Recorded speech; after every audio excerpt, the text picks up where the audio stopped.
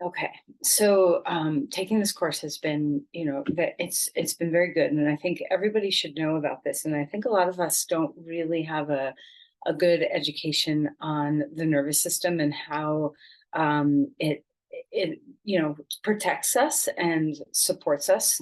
And I don't just mean the working of your limbs and all that kind of stuff, but really the autonomic nervous system. So as we know, the autonomic nervous system is the part of us that's often held within our unconscious state of being. It's not something we need to think about.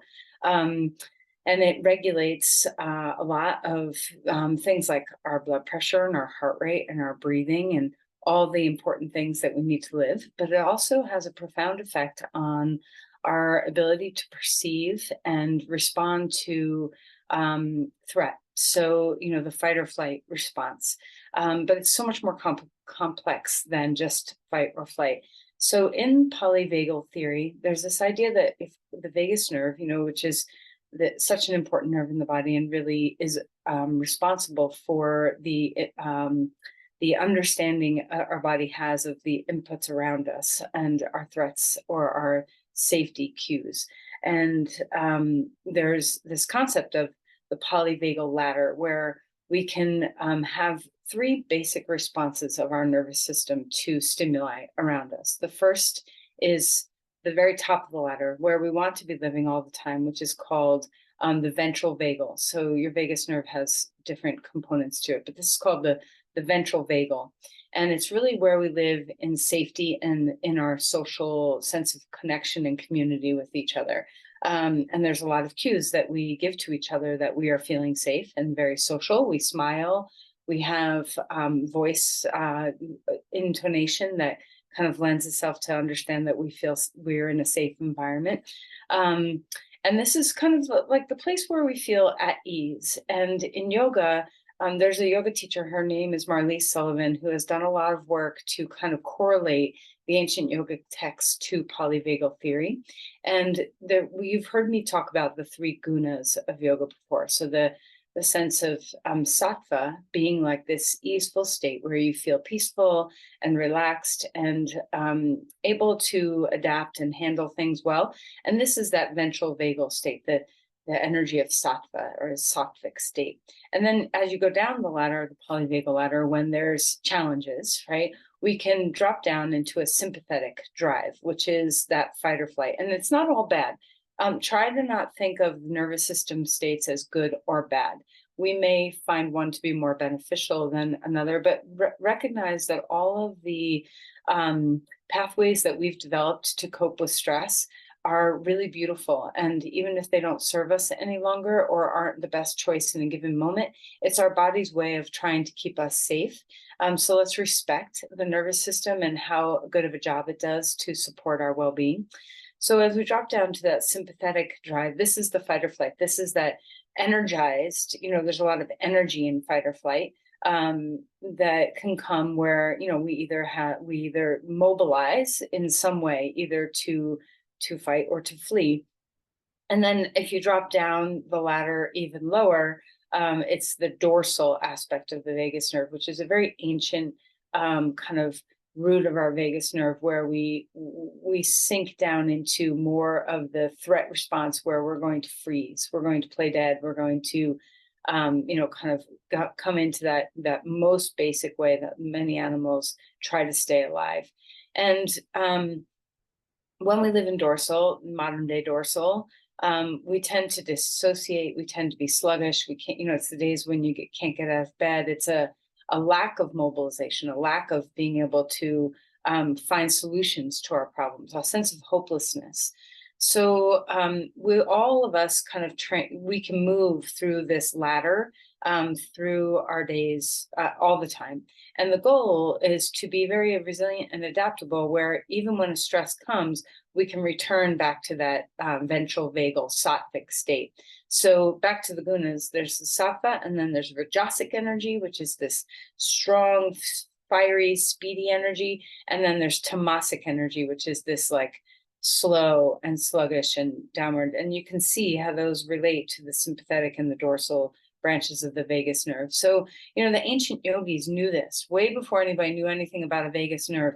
There was an understanding of our nervous system states and how we can cultivate this return back to ventral vagal with a lot of the vagus nerve work that we've done in the past and will always continue to do. But the last thing I want to say about it is a lot of this can correlate to the way we think. So much of our yoga practice is trying to straighten up our minds, right? It's not just working with the body, but working with the body mind and recognizing that our choices and our thoughts have a big impact on our well-being and how we show up in the world. And so when we're working with the mind, think of these three states. I'll give an example that Deb Dana gave yesterday in the course, which I thought was so easy to understand. She had trouble getting onto her computer. How many times has this happened in our Zoom class, right? Or some other time where, like in this class, teaching, all of a sudden my Zoom goes out and you guys are left in a lurch without me, right? And you carry on and somehow I scramble my way back. But when something like that happens, where you have a glitch, so she was describing she was having trouble getting onto the call. And if you live in the dorsal, if you live in that kind of disassociated, hopeless place, your response to an event like this in your life might be, there's no point, I'm giving up. Nobody's going to ever think that I am capable of managing technology. People are going to think I'm a flake and don't follow through with my responsibilities. There's no point. I don't know how to do this. I'm giving up. So that's kind of like the dorsal energy that we can fall into. And then the sympathetic energy in response to that stressor could be, oh my gosh, and like an anxiety provoking, what can I do? I have to figure this out, and let me try this, and let me try this. And it can be a little frenetic, and it can invoke a lot of anxiety and fear. So, but there's solutions that are trying to be achieved. So sympathetic has energy attached to it. And then the ventral state would be, you know what, I'm having these technology problems. I know there's a support staff that's helping me figure this out right now. I can ask for help. I can try to find solutions. And if I can't, I'm going to be late to the meeting and everybody's going to be patient and wait for me. And if I can't, we'll reschedule this, and so, which of those responses, we've all had those responses, right? We've all had a layer of those kinds of responses to stressors. And which one do you tend to live in most? So that's a cue for you to know how to work with the vagus nerve and how to work with polyvagal theories. Like, where do you tend to land in that spectrum? And how can you get yourself back into that ventral vagal state? So I hope this is helpful. I know I'm spending a few minutes on it, but I'm trying to lay a little groundwork for all of you to really understand not only the functioning of the vagus nerve from a neurological, physiological perspective, but how it affects us emotionally as well. So today we're going to need your smushy MR ball, your Pilates ball. So go find that if you don't already have it. And we're going to do a little breath work with that to help us kind of return back to this ventral vagal state. There's so much you can do, but we'll just do a little bit of it today. All right, so close your eyes. And as you settle, try to think about this pendulum swing from the rajasic, speedy, sympathetic drive energy to the tamasic, kind of slow and not being able to kind of lift the energy up kind of state. And that balanced state right in the middle, that sattvic state that we're looking for. So the ancient yogis described these gunas so long ago. So this is a human condition, right? So let's try to just accept that we live in these ranges, and there's things we can do to bring us into balance. So as you close your eyes, imagine sattvic energy. What comes into mind when you think of yourself as being in that easeful, balanced sattvic energy? Is nature in your mind's eye, or someone you love in your mind's eye, or being in your favorite place, or having the circumstances that make you feel most at ease? And as you kind of sink into that sattvic energy, recognize that we can have a little glimmer of this even when things are stressful, that we can pay attention and search for the moments when this kind of energy is available to us. So, what feels sattvic in your body right now? Is there a place within you that feels comfortable, at ease, relaxed, spacious? And even if the part of you that's talking maybe a little bit more loudly, that isn't sattvic, but has more disturbance attached to it, can you turn your mind's eye to the place within your mind or body that is feeling this sense of ease? Let's train ourselves to find these places, even amidst the turbulence of life.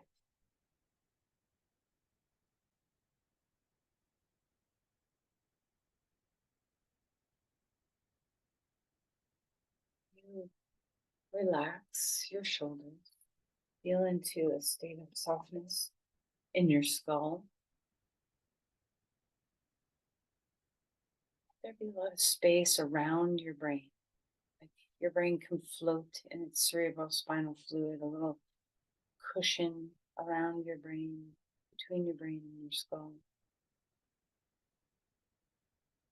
Let that feeling of spaciousness and cushion kind of travel down your spine.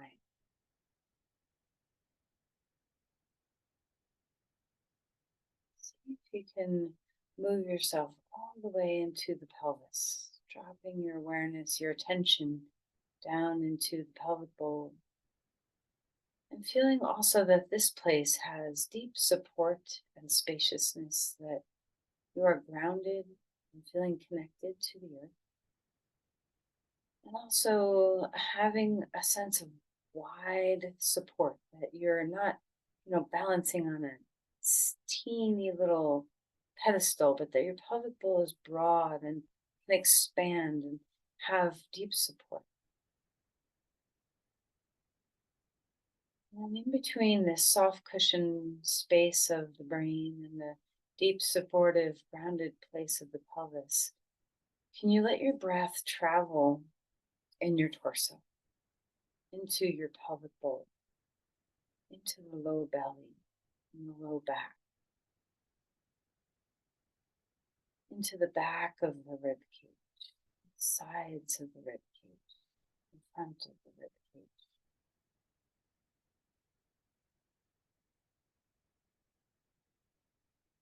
under the armpits, into the collarbones.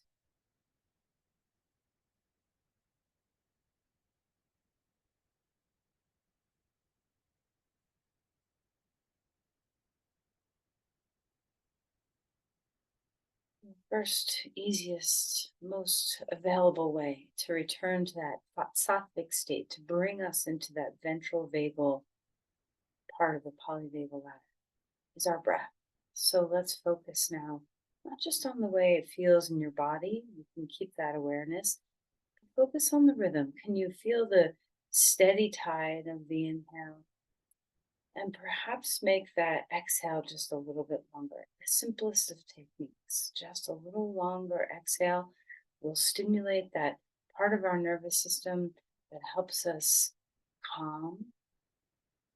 Try that for a couple of breaths.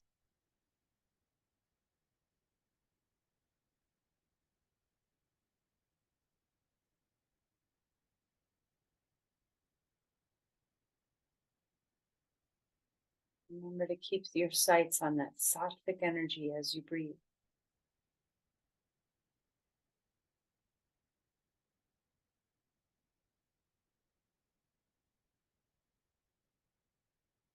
Perhaps you're a dorsal dweller where you kind of sink into that immobilization very easily. And if that's the case for you, let's practice this breath where we stimulate the inhale. So let your inhale just get a little bit fuller, a little bit longer, maybe a tiny bit of a pause on the top, just the smallest pause on the top of the inhale. Feel that full tank, and then let your exhale just find its way. doesn't have to be elongated at all. Just let it be natural. And return your focus to the inhale. Now we're drawing energy in. We're bringing this aliveness energy into us to pull us out of that tamasic energy and back to the the sattvic energy. And these are just simple tides of the breath where if we feel anxious and too much energy, we can extend the exhale to calm us. And if we feel immobilized and a little hopeless, we can stimulate the inhale to mobilize us. So try to, if there's nothing else you remember in your toolbox of skills to take with you when you're in a disturbance of some kind, simply remember either inhaling longer, stronger, or exhaling longer can really help you return to that sattvic state, depending on which end of the pendulum you're swinging toward. And now just notice how you feel. Bring your hands together at your heart. Feel your sternum rise up.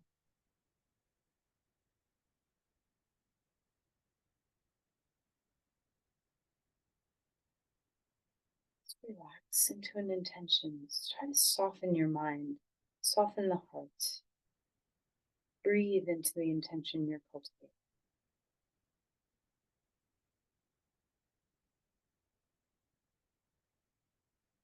Release the hands and let's find our way. Have your ball handy. We're going to do our normal little warm-ups first, and then we're going to do some breath work with this ball. All right, so as you find your way onto your back, let's enjoy being in your body. Okay, so stretch out your limbs. You can make your arms overhead if that is available to you. It's not available to me yet. I'm slowly getting a little more range in my shoulder, but you do you. Where are you in space? And then maybe you want to stretch the left side a little longer. Stretch the right side and feel that pendiculation of kind of squeezing one side and lengthening the other, and then squeezing the other side and lengthening the other. And just notice the impact that this has on your nervous system. Does it help you mobilize? Does it help you come into your body? And then bring your knees into your chest and rock a little bit. And feel the soothing nature of a little bit of rocking. Instinctually, we know these things, that certain movements of the body will mobilize us and bring us out of that, hopeless, disassociated, immobilized state. And there's some things that we can do in our practice that can calm us when we're feeling hyper aroused and panicky or anxious. All right, let's circle the knees, kind of rolling in one direction. You can just kind of forget about your nervous system now and all the thinking about it. Just come into the body and let your body think and feel. So just allow sensation to be paramount. Look for that sattvic state in your body. Where do you find ease? Where are these glimmers of ease? All right, let's circle the knees the other way if you haven't yet. The more we train our mind's eye to pay attention to cues of ease, the more we'll recognize them, or the more they become available to us. Let's open the knees away from the midline and back in toward. And just finding that mobility of the hip joints.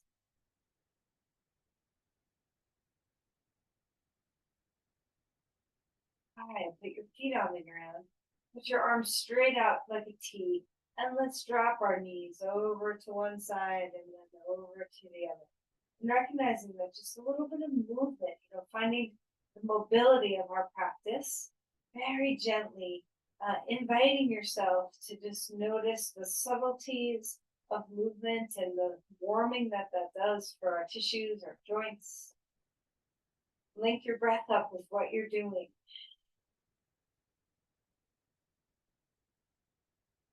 Let's go ahead and bring the right knee into your chest and stretch your left leg on the ground. And let's now let our ankles and our feet get the mobility. So rolling and spinning and swirling and wiggling your toes.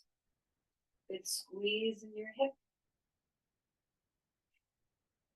And we're going to take this into a little deeper twist. Hold on to the right knee, cross it over left, right arm out to the side. Turn your head right. Don't go too far. Just let the body warm slowly. We're not, asking for your deepest twist here. Take a deep breath into the rib cage. Stretch across your pecs. And then come back to center. Release that knee down. Switch sides. Left knee into the chest. Right leg long on the ground, and move your ankles and feet again. And sense into your shins, the sides of your calves, the backs of your calves. Let the mobility that you're creating in your feet kind of translate up the lower legs a bit. And same, let's hold on to the left knee with the right hand. Cross it over, open up into a twist. Don't go too far. Just let your chest open.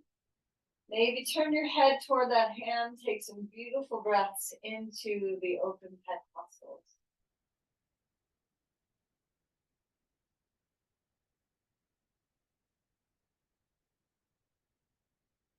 And then let's roll back onto your back. Starfish out on the ground. Finding your limbs, reaching out. Let's wiggle your fingers and your toes. Roll around in your wrists and your ankles. Maybe open and close your fists. Get used to finding where you are out there in the edges of your body. And then on your next exhale, knees into your chest. Pick up your head. Let's repeat that one more time. Getting spacious, big, wide, open. Getting small, snug, tucked in. Let's roll to our side and come up onto your hands and your knees. It's a very gentle, simple mobilization of your spine. Cats and cows. Let's feel into the vertebrae. Remember, your tail and your head are part of your spine, or part of this movement of the spine, I should say. So we want to have that sense that you're rippling through each vertebrae. Finding the mobility that's available here right now. Link up your breath to your movements. And then start to move freely, so you can wag your tail or circle your hips or circle your rib cage or move your shoulder blades on your back or spin your head around a little bit. Just see if you can kind of get into some nooks and crannies that might have been stuck, stagnant, where you can bring friction and movement to help you loosen and open joint spaces and open and loosen lots of tendons and ligaments and muscle fibers and fascia in your body. Stretch back towards child's pose now. Take your hips back toward your heels. Stretch your arms overhead and feel that length and space that's available. How does your breath feel? Feel the compression in your knees and hips. And let's walk over to one side or the other, feeling that stretch and length through the side of your body. Dropping down into your sit bones, feeling your breath.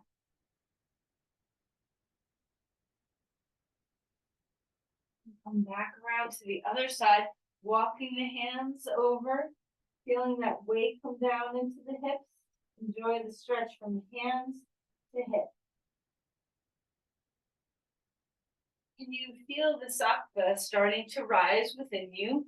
And this sense of comfort and ease of embodiment. There's familiarity in what we're doing. So see if you can lean into those little places where your body feels good, where you feel alive and well and spacious and free.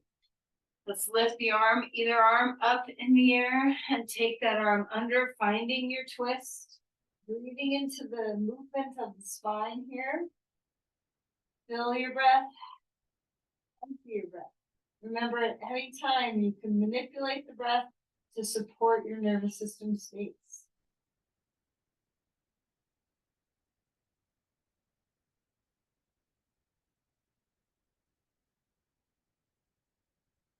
Inhale, reach that arm up in the air. Hand comes down, switching sides. The arm lifts high. Drop that shoulder under, feeling into the twist. Breathing deeply here.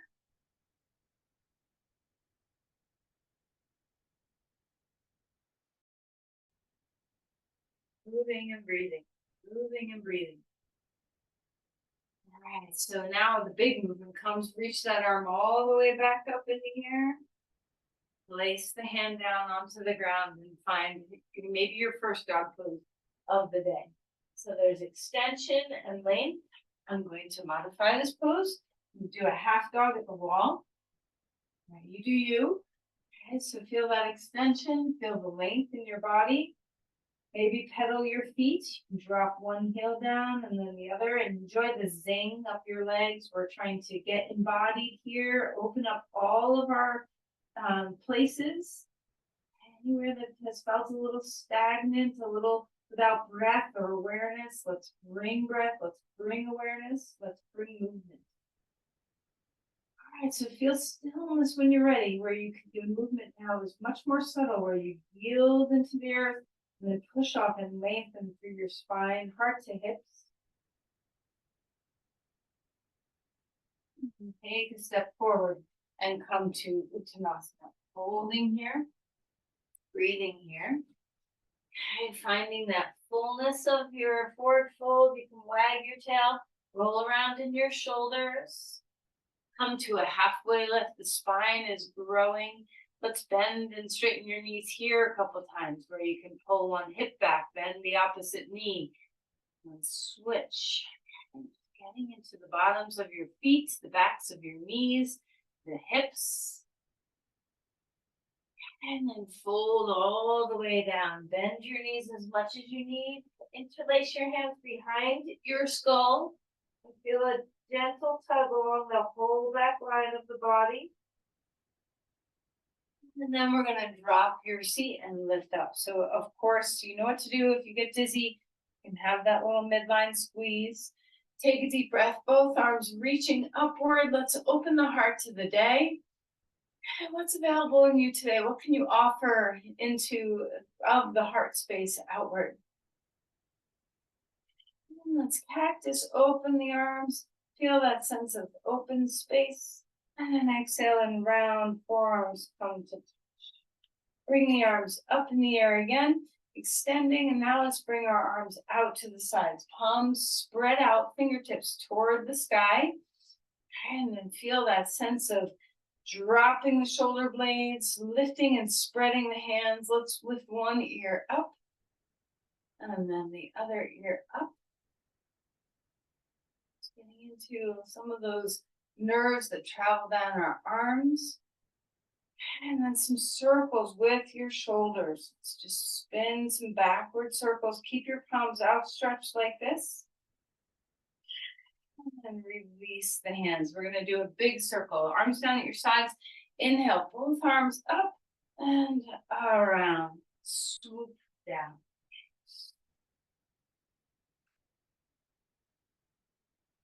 One more time. Bend your knees as you come down. And then hang out down there.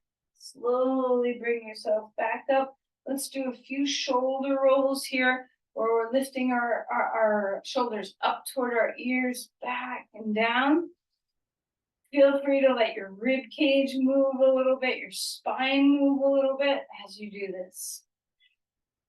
All right, now wag and wiggle. You can jump, you can shake, whatever it is that you need to kind of loosen, let go of some area of your body. And we're trying to get into that feeling that our whole body can have some ease. What's going to give that to you right now? All right, and pause and just feel into the groundedness. Remember that breath we did in the beginning, where we had that buoyancy in our brain and the support of our pelvis. Let that travel all the way to your feet now. And feel the breath in the whole torso, from pelvic floor to collarbones.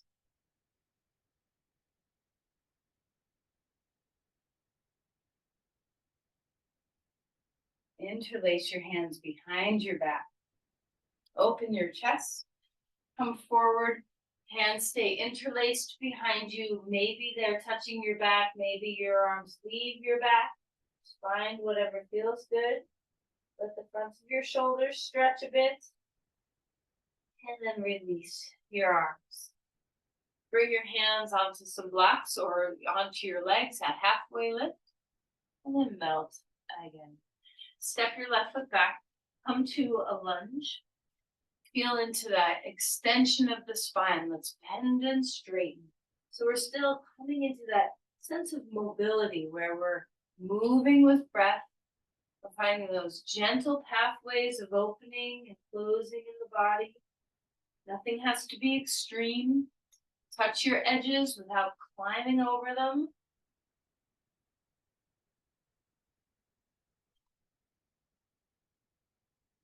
Drop your back knee down onto the ground. Open up through your spine. Hands can be on leg or blocks. Feel the hip flexor open. Bring that all the way into the fullness of your inhale. Can you feel as you inhale that psoas muscle is really stretching and lengthening?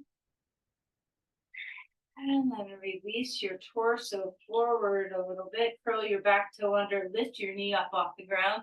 Rising up, crescent lunge. Arms extending and opening.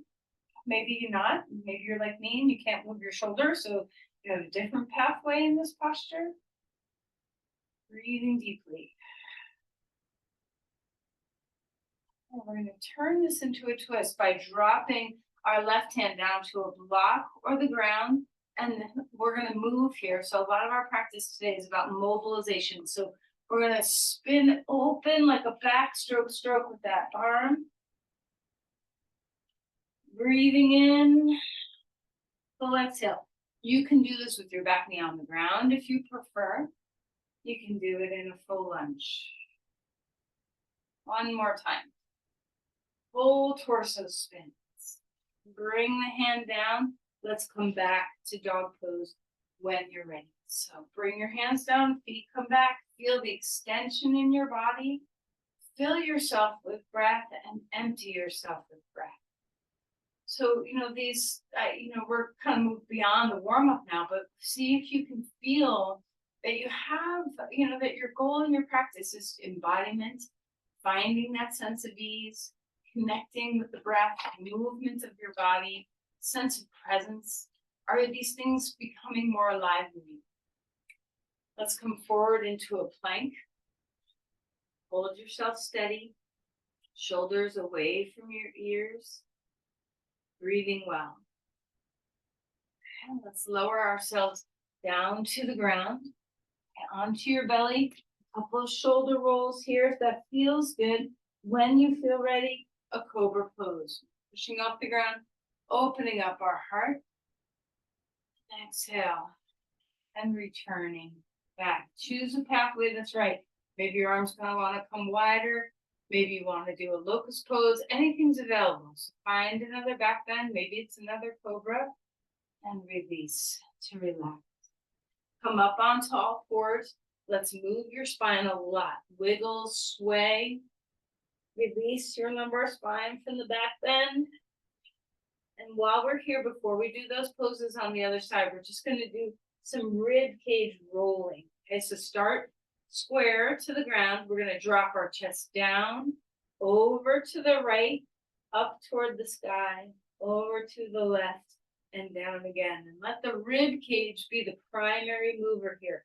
Our shoulders, our pelvis, everything's going to move a little bit, but let the rib cage be where the epicenter of your focus of mobility is. And let's loosen up. So if you tend to be a dorsal dweller, if you tend to immobilize with stress, something as simple as moving your rib cage to allow more breath can be a simple technique to move into when you feel like I can't do anything else. Okay, so ribs over the other way now. So spin the direction. Up to the sky, over to the side, down. Find that your breath is coming. Okay, so try not to do this without your breath. We want it coming strongly, a big inhale. We want your exhale to be full and deep.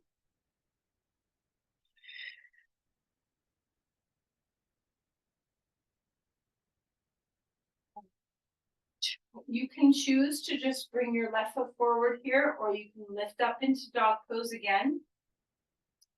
And then swing your left foot forward for a lunge on this side. Hands on blocks if you need it. And we're finding that mobility.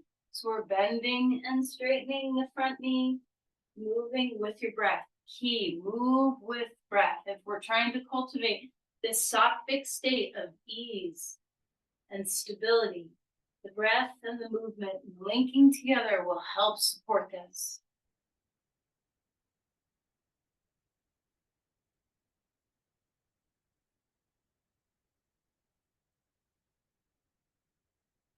Come to a lunge with your knee down.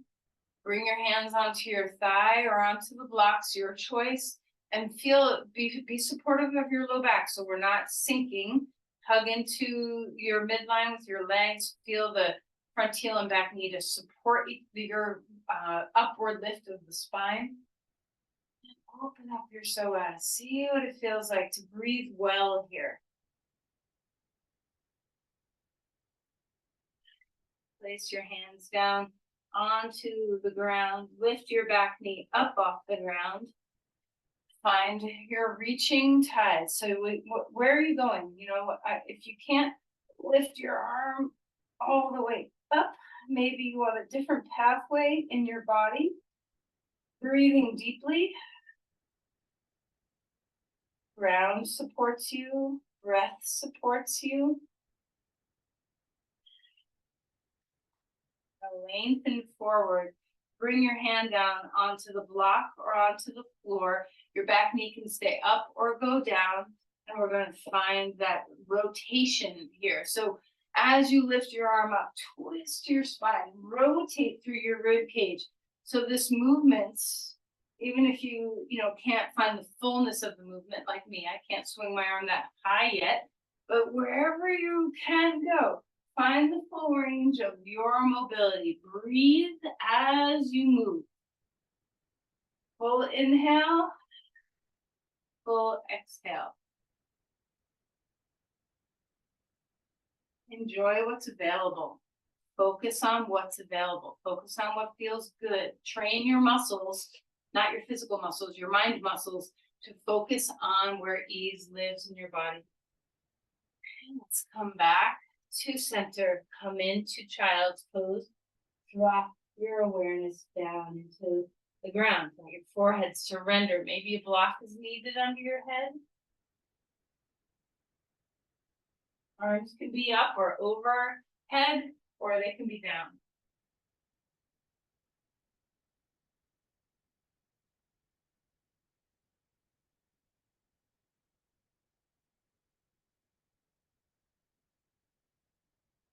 All right, just a couple more poses and then we're going to do some breath work. Okay, so find your way to dog pose. Feel into that extension in the spine, the aliveness in your body. Walk your feet forward. Uttanasana. Let's turn to the side edge of your mat. Come into wide legs and come into a wide squat. So elbows inside knees.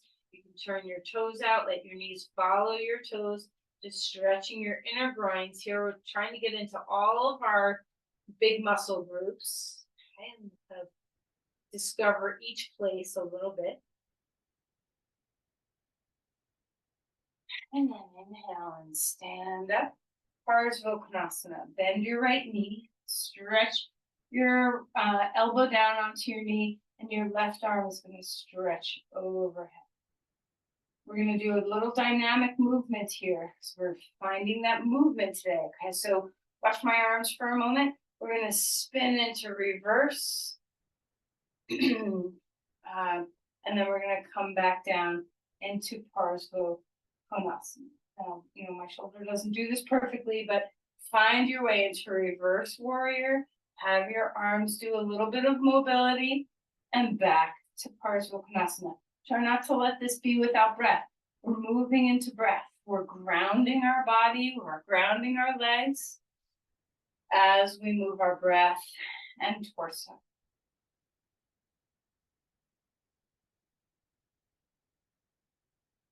Come back up. One more time, turn your feet out wide squat. And let's rock a little bit left and right. And then come on up, and we're gonna turn to the other side. Parsvakonasana over here, left foot in front. Drop weight, remember the grounding. These standing poses are always available for this deep sense of support and grounding. And this is part of our connection to feeling safe and social into this ventral vagal, is to feel connected, grounded, stable. Feel that extension in your arm, and let's start to move when you're ready. Reverse your warrior. Come back into Parsvakonasana. And you don't have to do this little spinning thing with your arms. You can just go into a classic reverse warrior if you want. So find the pathway that feels good. But my goal for you here is to breathe and move, to not let that, a lot of times we hold poses for a long time to enter our body well. And sometimes mobility is what we need. Breath and mobility is what we need.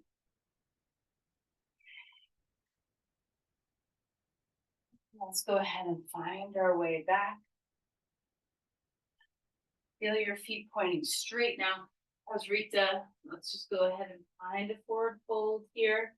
You can put your hands on blocks or the ground. Feel the inversion, legs are straight, thigh bones back. Relax your head. Okay, turn back to the front of your mat, last dog pose.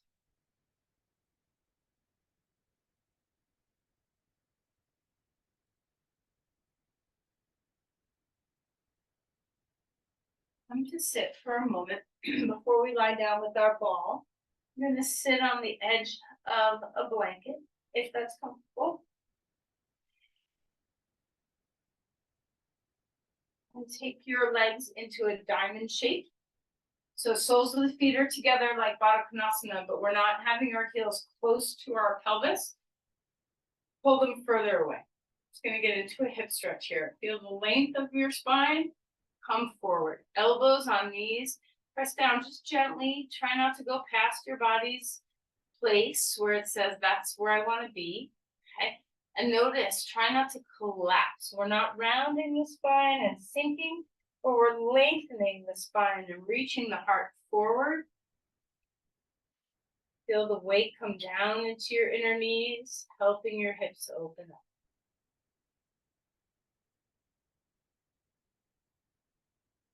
How's the breath? Now we're holding pose and not moving. How is the breath handling? Can you stay in the rhythm of movement, even if it's just in the breath?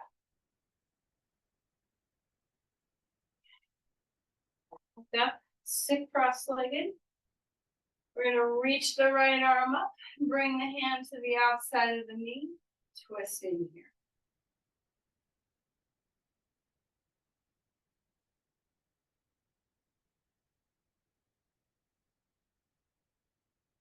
Moving back to center, twisting to the other side.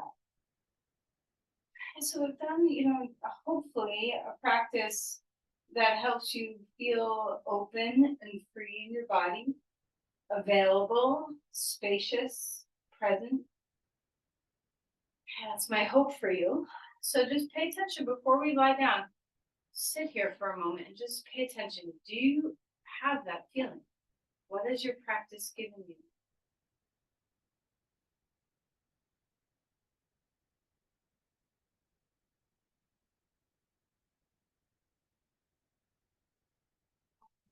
We're going to get into some good juicy breath.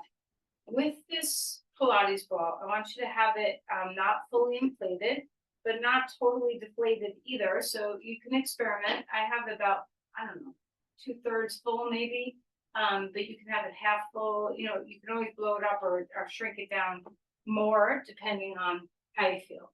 We're going to start this under our sternum. Okay, so we're going to lie on it. So you might need less air for this one and then inflate it a little bit more when we go to the side body, perhaps. Okay, so this is going to be under our sternum, and you can grab a block to put under your head if you want to, or you can put your head on your hands.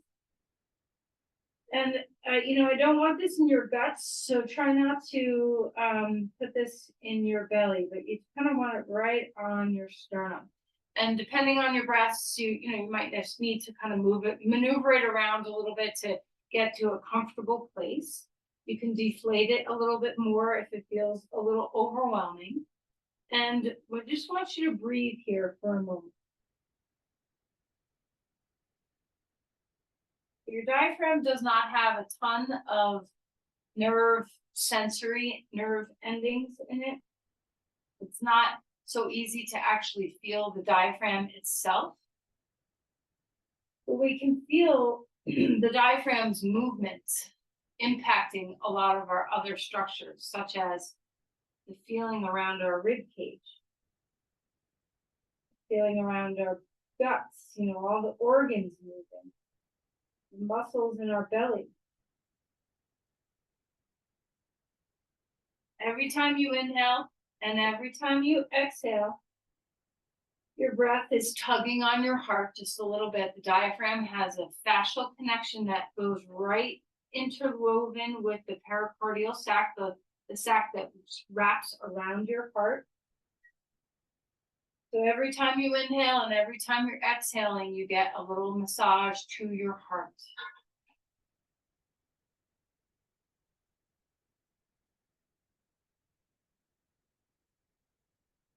Okay. Now, hopefully that will be the only like uncomfortable. Sometimes that's uncomfortable. And the more you do it, the more comfortable it gets. But this should feel more comfortable. All right, we're gonna find a spot. Now we're gonna just find, but we've done this before with 3 spots, kind of high under your armpit, middle ribs, and then in your side waist. I want you to find one spot. We're just going to land, and so you can experiment. A block or blanket for your head is a good thing. We're gonna lie on our side again. Inflate, deflate the ball to be a good height for your body to be able to drop and sink onto. So if it's too inflated, you're gonna be, a little resistive. So we want to have enough deflation of the ball and enough inflation of the ball where you feel impact, but you can melt and rest. So somewhere along from your armpit to your hip, find where you want to place this ball. And of course, when you have time to do a full practice of just breath, which I hope you do sometimes, travel along that whole pathway. Take as much time as you want. So when you move into the breath here, I want you to feel like you can completely melt into the ball while you're breathing. As you exhale, sink, let your body kind of fall toward the ground. As you inhale, see what it feels like to have this sense of openness and, kind of a sense of pressure along the rib cage.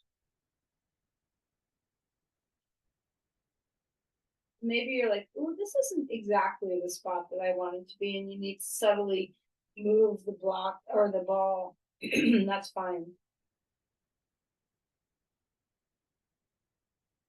So remember, our breath is our best gateway into bringing ourselves into this sattvic state, moving away from tamas, moving away from rajas, either that dorsal, kind of immobilized state, or the sympathetic hypermobilized state. See if you can bring yourself into that sattvic, middle of the ground, center, balanced place of breath.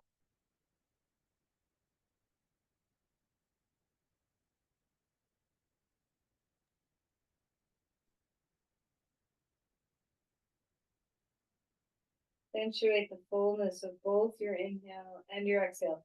Not to the point where you're hyperventilating or to the point where you're pushing and prodding yourself, but invite the fullness of your breath, both the fullness of the inhale and invite the fullness of your exhale.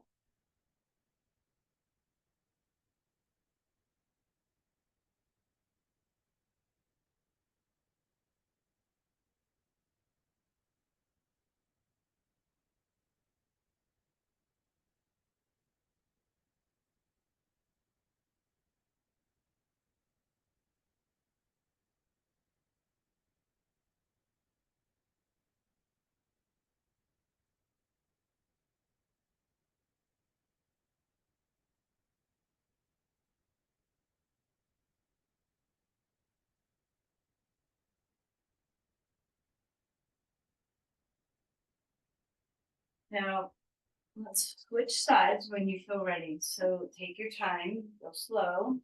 And when you find your way to the other side, see if you can replicate the same place. If you're like, no, this side's totally different and I need to put the ball in a completely different place, that's great. That follow your instincts. But it might feel good to mirror your rib cage a little bit here, to mirror the breath left and right. So attempt that. And if it doesn't feel right to you, then put it in a different spot. Just notice where your go-to is today. It might be different than where your go-to is on another day. You know, if you only could choose one spot for this ball, which you are only choosing one spot, why here? What feels good about this spot that you're choosing? And like I said, this could be different than what it would feel like tomorrow. Knees are bent, head is supported, arms are relaxed. See if you can allow the ball to massage gently wherever it is. So if it's in your ribs, can you feel that sense of a deep lung massage as you breathe in? And invite the full breath out. If you're in your sideways, can you feel the impact of that deep massage into your internal organs, your psoas, your viscera?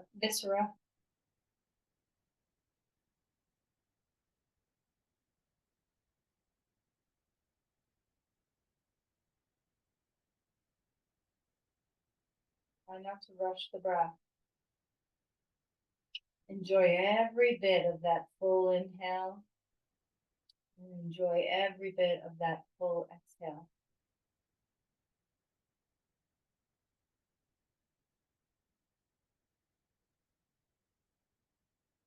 Notice the impact not just on your ribs and lungs and breath, but can you feel the ease of your nervous system as well?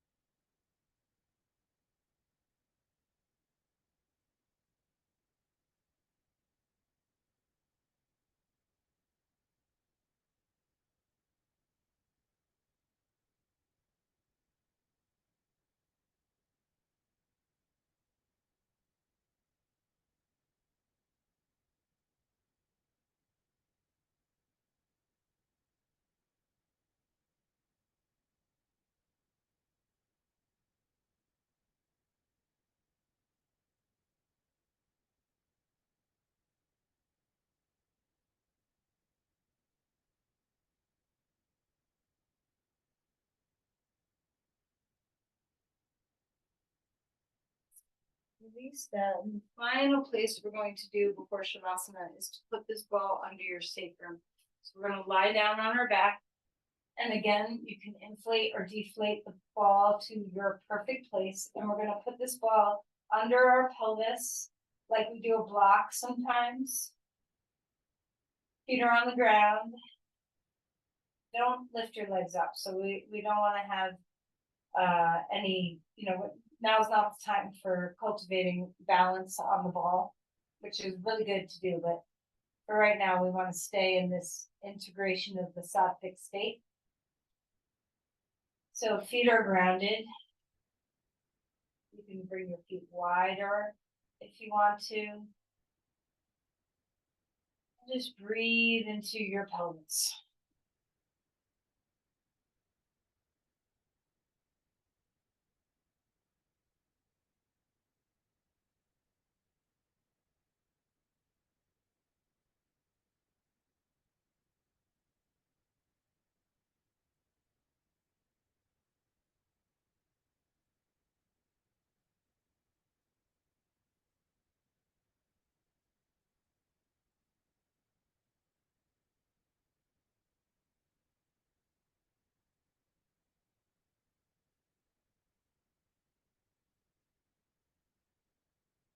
Alright, and then we're gonna lift the ball out of there, come onto your back, straighten out your legs, and find Shavasana. If there's any support you need for Shavasana, go ahead and take it.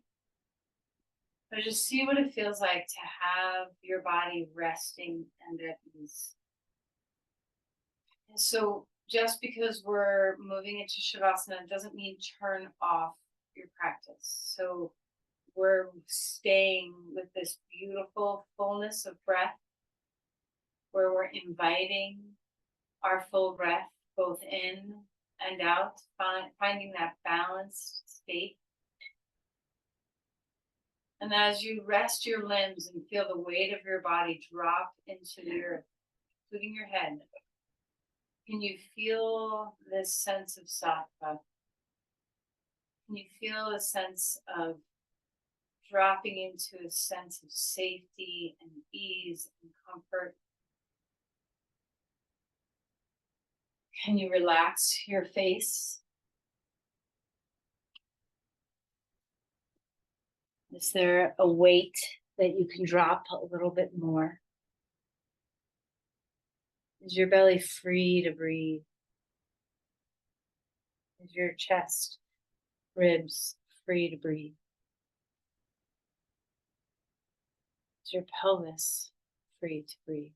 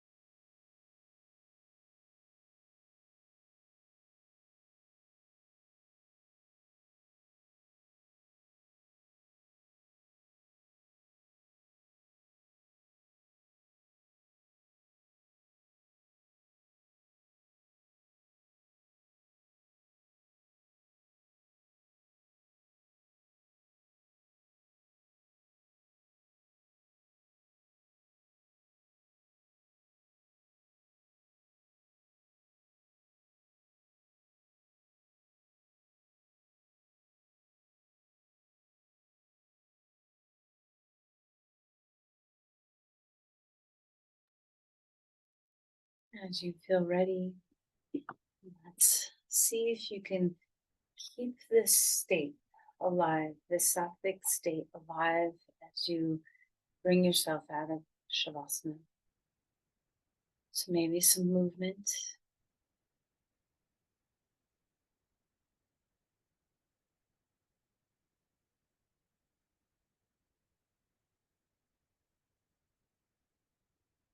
And your way eventually to your side.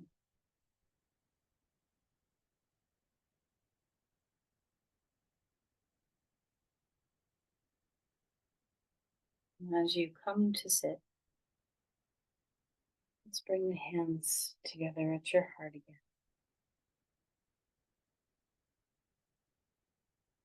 Feel the rising of your sternum to meet your hands. Lift your heart, lift your head. Feel a sense of openness. You have just even a little glimmer of that sattvic state within you. And if you do, offer this energy outward. Share this peace and ease.